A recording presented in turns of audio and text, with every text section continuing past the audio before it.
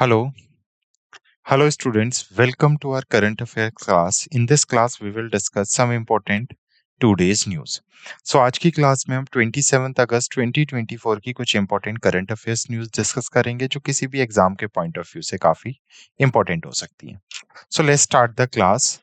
In today's class, first we will discuss some national affairs.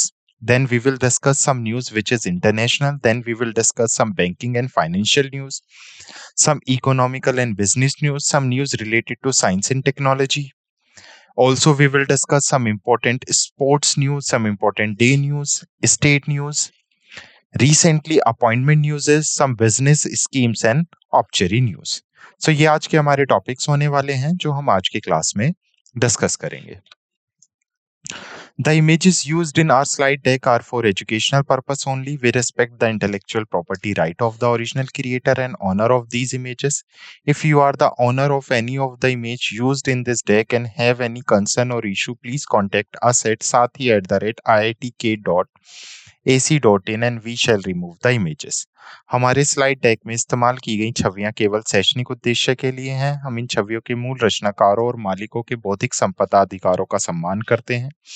यदि आप इस deck में इस्तेमाल की गई किसी भी छवि के मालिक हैं और आपको कोई चिंता या समस्या है तो कृपया हमसे sathi@iitk.ac.in पर संपर्क करें और हम छवियों को हटा देंगे.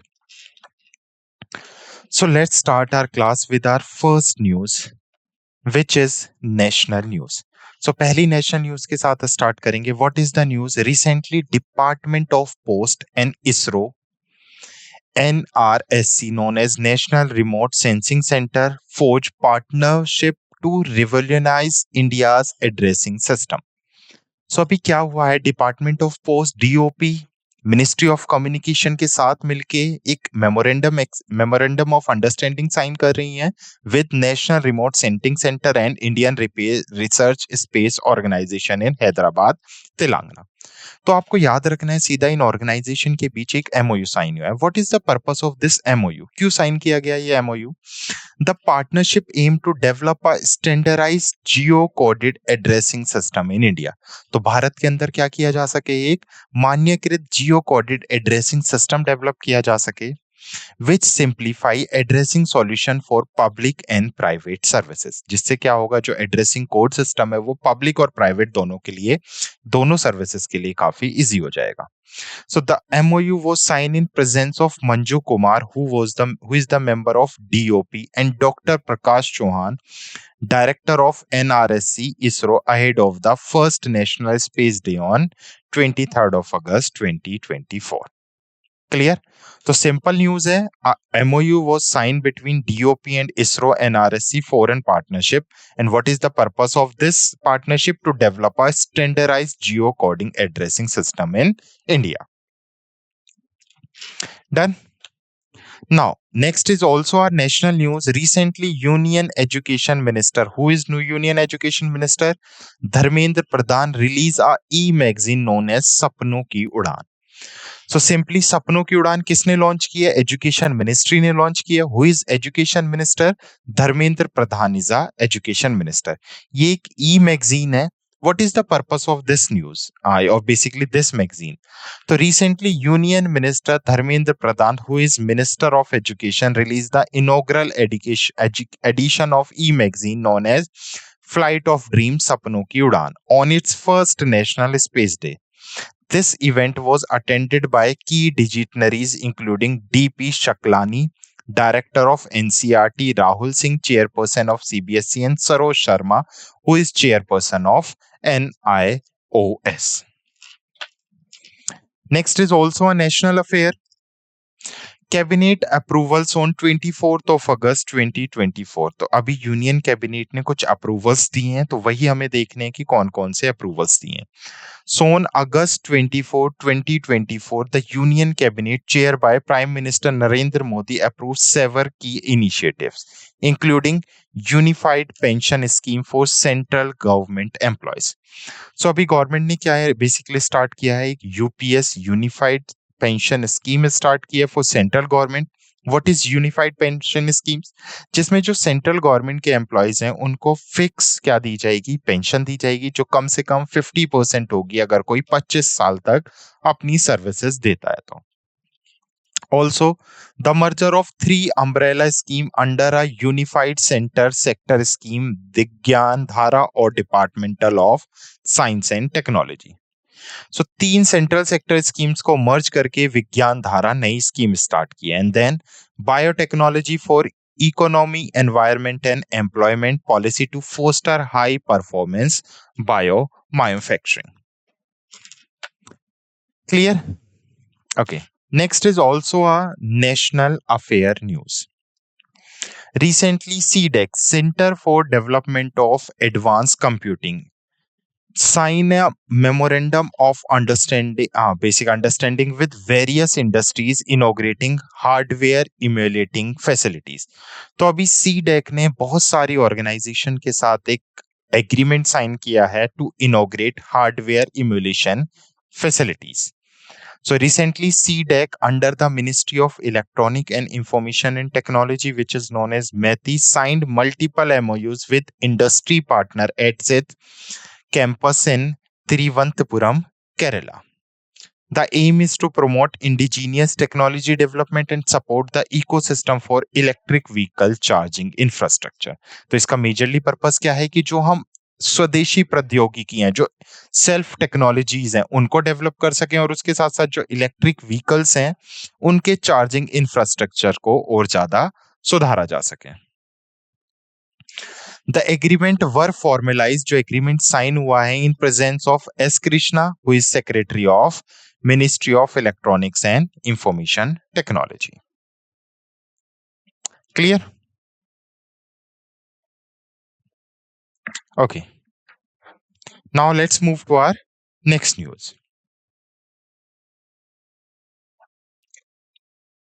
Next is also a national news. Recently, Amrit Lal Meena, who is a coal secretary, reviewed the development of Indian Coal Mine Safety report portal. तो रिसेंटली अभी क्या किया है, कोयला सचिव है अमृत लाल मीना ने जो भारतीय कोयला खान है उसके सुरक्षा रिपोर्ट पोर्टल के विकास की समीक्षा की है। So on August 24, 2024, Amrit Lal Meena, who is the Secretary of the Ministry of Coal, reviewed the development of Indian Coal Mine Safety Report Portal. PM Prasad, who is CMD of Coal India Limited, presented the portal during the review meeting. This initiative aligned with the Ministry of Coal Committee to achieving zero accident fall proof safety. क्या है इसका basically purpose कि कम से कम accident हो या zero accident हो और fail proof safety हम क्या कर सकें, प्रोवाइड कर सकें। Clear? Next is MSDE, ministry of skill development and entrepreneurship and Flipkart sign MOU to upskill employable youth across India. So recently, MSDE, Ministry of Skill Development and Entrepreneurship, signed a memorandum of understanding with Flipkart Supply Chain Operation Academy. तो किन दो organisation के बीच में MOU sign हुआ है? MSDE and SCOA to upskill 1000 of employable youth across India, ताकि जो भारत में एम्प्लॉय करने के लिए यूथ है, मतलब रोजगार करने के लिए या जॉब करने के लिए जो यूथ है उसको अपगिल किया जा सके या अपस्किल किया जा सके। This collaboration aimed to improve employability in the supply chain and e-commerce sector under the प्रधानमंत्री कौशल विकास योजना 4.0। तो प्रधानमंत्री कौशल विकास योजना के तहत बेसिकली रोजगार की आपूर्ति प्रोवाइड करना और जो ई कॉमर्स इंडस्ट्रीज हैं उनके अंदर जो एम्प्लॉयमेंट है उसको बढ़ावा देना है। Next is also national news. Recently union government launch new guideline for effective public grievance redress. So Union government had introduced new guideline in 2024 to handle the public grievance। तो जो पब्लिक ग्रीवेंस है, जो लोक शिकायतें हैं, उनको दूर करने के लिए अभी क्या किया गया, गवर्नमेंट ने कुछ नई गाइडलाइंस जारी की हैं। इन गाइडलाइंस का एम है to empower citizens and streamline the redressal process. तो जो नागरिक है उनको सशक्त बनाना है, और जो निवारण की प्रक्रिया है, मींस जो प्रॉब्लम सॉल्विंग की प्रक्रिया है, उसको और ज्यादा क्या करना है, तेज करना है या सुव्यवस्थित करना है. They focus on enhancing clarity and efficiency in addressing grievance and incorporate technology advancement through a 10-step reform process. तो 10 चरणीय सुधार प्रक्रिया के थ्रू जो शिकायतें हैं उनके समाधान को स्पष्टता और दक्षता को बढ़ाने के लिए बेसिकली इसको रिड्रेस किया है.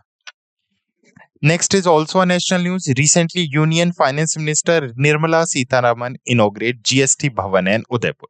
तो अभी निर्मला सीतारमन जो हमारी फाइनेंस वित्तीय मंत्री हैं, उन्होंने एक जीएसटी भवन उदयपुर में अभी इस्टेब्लिश किया है. The ceremony include Vedic chanting and the unveiling of a plaque to officially open the complex. The construction began in 2020 but faced delay due to the COVID-19 pandemic. Now it has now been completed. अभी से क्या कर दिया गया है, पूरा कर दिया गया है. Clear?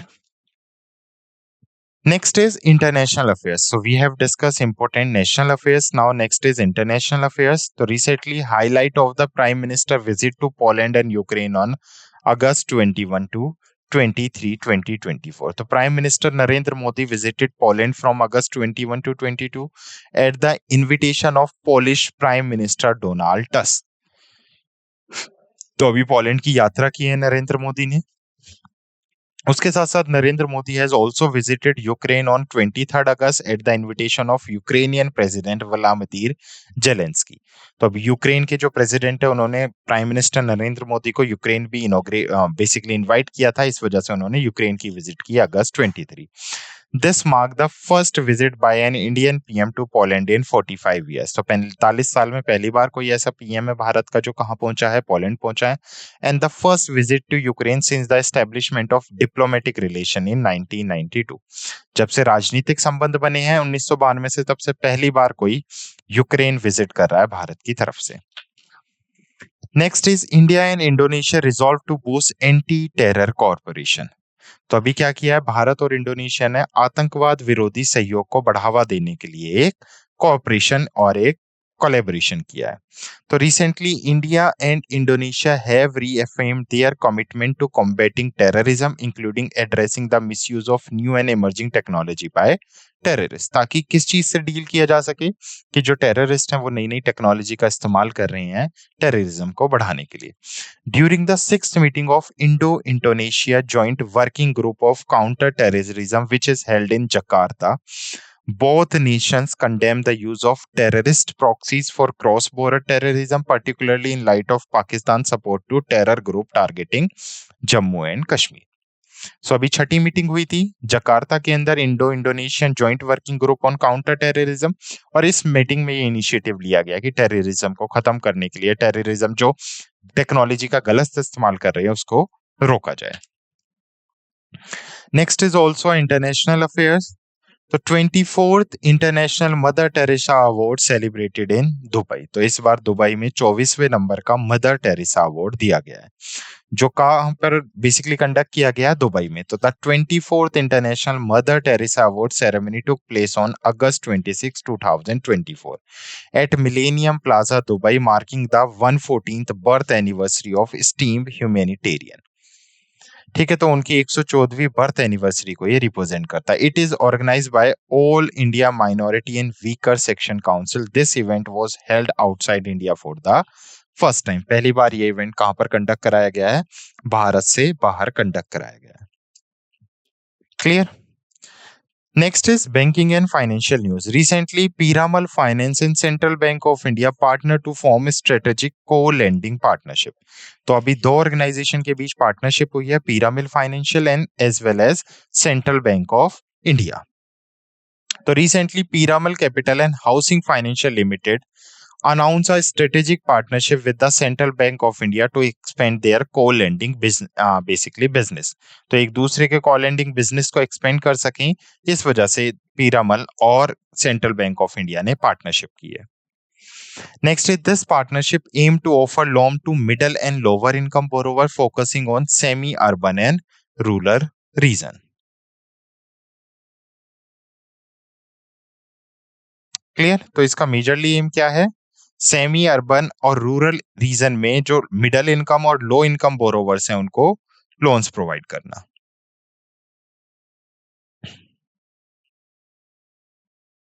ओके, क्लियर यहां तक?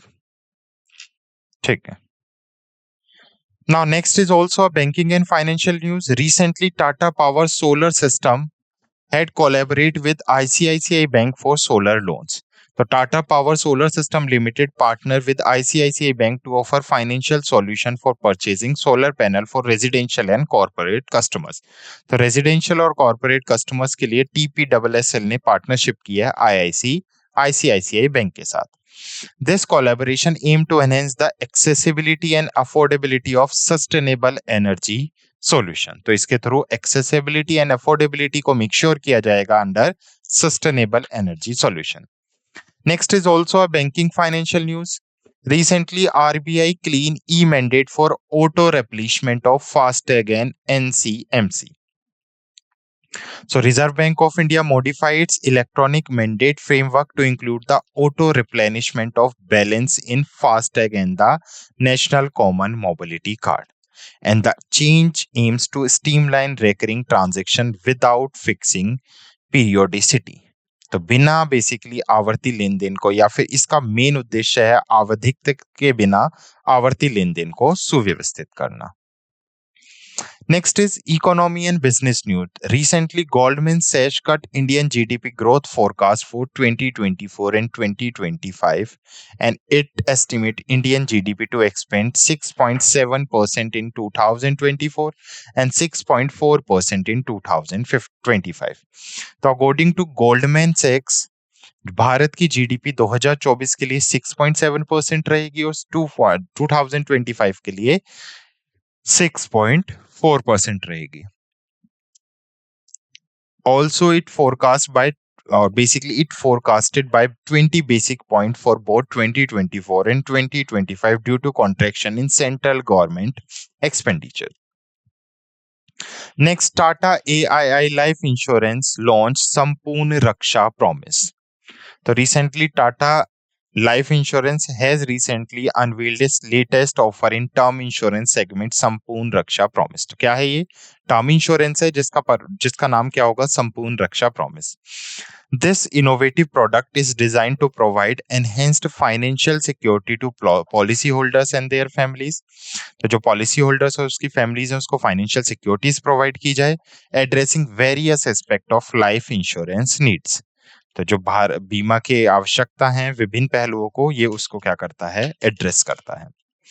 Next is also economy and banking news. तो Piramal finance and central bank of India partner to reach underserved markets. So अभी हम लोगों ने डिस्कस किया है ये न्यूज कि दे कॉल लेंडिंग में पार्टनरशिप कर रहे हैं, aim to support undeserve marketing. Next is India launches first reusable hybrid rocket known as RHUMI first. So on August 2024, India successfully launches first reusable hybrid rocket, and the name of this rocket is RUMI first, developed by Space Zone India in partnership with Martin group. तो पहला भारत का क्या launch कर दिया गया? Reusable hybrid rocket launch किया गया. आपको नाम याद रखना है, Rhumi first. The rocket was launch from a mobile launch pad on eastern coast road in Chennai Tamil Nadu. तो ये चेन्नई तमिलनाडु से इसे फर्स्ट टाइम लॉन्च किया गया है. Next is science and technology news. तो Indian army transfer polder and Agneyastra technology to private sector for mass production. तो अभी दो टेक्नोलॉजीज हैं, इंडिजीनियस डेवलप टेक्नोलॉजीज हैं, जिसको अभी प्राइवेट सेक्टर फर्म्स को भी इंडियन आर्मी ने इन टेक्नोलॉजीज को मास प्रोडक्शन के लिए ट्रांसफर कर दिया है. बेसिकली परमिशन दे दी है कि प्राइवेट इंडिविजुअल फर्म्स भी इस टेक्नोलॉजी का इस्तेमाल कर सकती हैं. The transfer of technology ceremony was presided over by the Lieutenant General N.S. Raja Subramani and Vice Chief of Army Staff. Next is also a news related to science and technology. Planet launched Tanager first hyperspectral satellite and 36 superdoves with SpaceX. तो recently Planet Lab PBC launched its first hyperspectral satellite. अपनी पहली hyperspectral satellite launch की है. And what is the name of the satellite? Tanager 1. और along with 36 superdoves into orbit with Vandenberg Space Force Base in California, USA. तो California USA से इसको launch किया गया. This launch is the part of SpaceX transporter 11 rider share mission. तो जो SpaceX का transporter 11 rider share mission है उसके तहत इसे लॉन्च किया गया है. Next is sports news. Basically, recently Formula news is related to Formula One race. तो McLaren Lando Norris win Dutch Grand Prix 2024.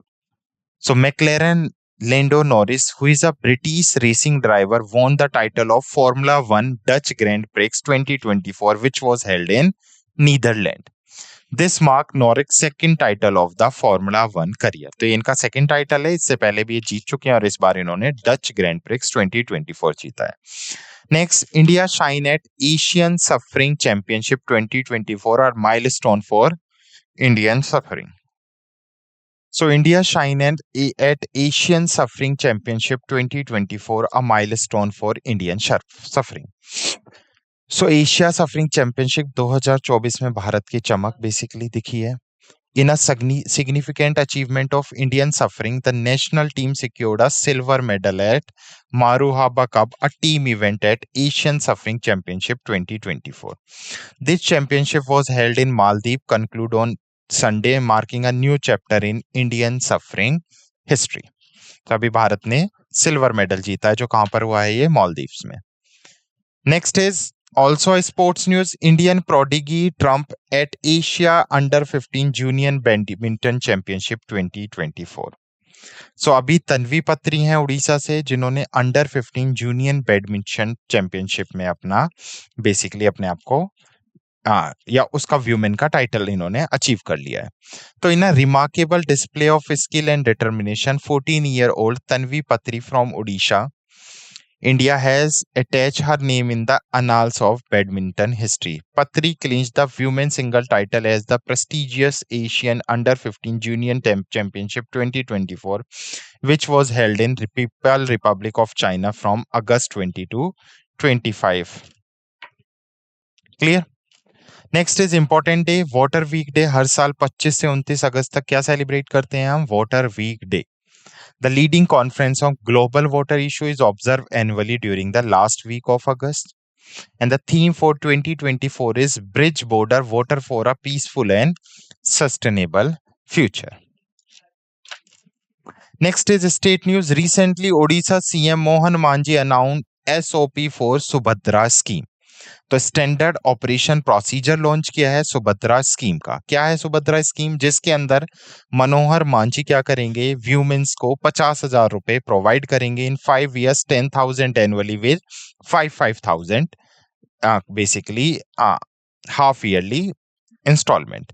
तो Manohar Charan Manjhi, the chief minister of Odisha, announce the standard operating procedure for the Subhadra scheme which grant financial assistant of 10,000 annually to over 1 crore women in Odisha. The scheme will be invented from the financial year 24-25 to financial year 28-29 with a budget of 55,825 crore. तो कितना budget होगा इस scheme का? 55,825 crore. Next, Mithun recorded for the first time in Assam. So it is a state news. In a groundbreaking development, the state of Assam has officially recorded the presence of Mithun for the first time. This discovery come generation after the semi-wild goat-like animal began to rare by tribal communities in the state hill district of Dima Hasao. Next is also a state news. Recently, Bharat Petroleum Corporation Limited launched drone-aided aerial seeded for Bihar hills. So अभी क्या किया? बिहार की पहाड़ियों के लिए drone से हवाई बीजारोपण स्टार्ट किया. मींस ड्रोन के थ्रू क्या किया जाएगा? पहाड़ियों पर बीज पहुंचाए जाएंगे ताकि ज्यादा से ज्यादा ट्रीज को प्लांट किया जा सके. तो Bharat petroleum corporation limited has introduce an advancement afforestation initiative name Araya. कहां पर होगा ये? बिहार में. Utilise drone technology for aerial seeding. This project aimed to enhance the state green cover by deploying 1 lakh seed balls across 50 hectare in three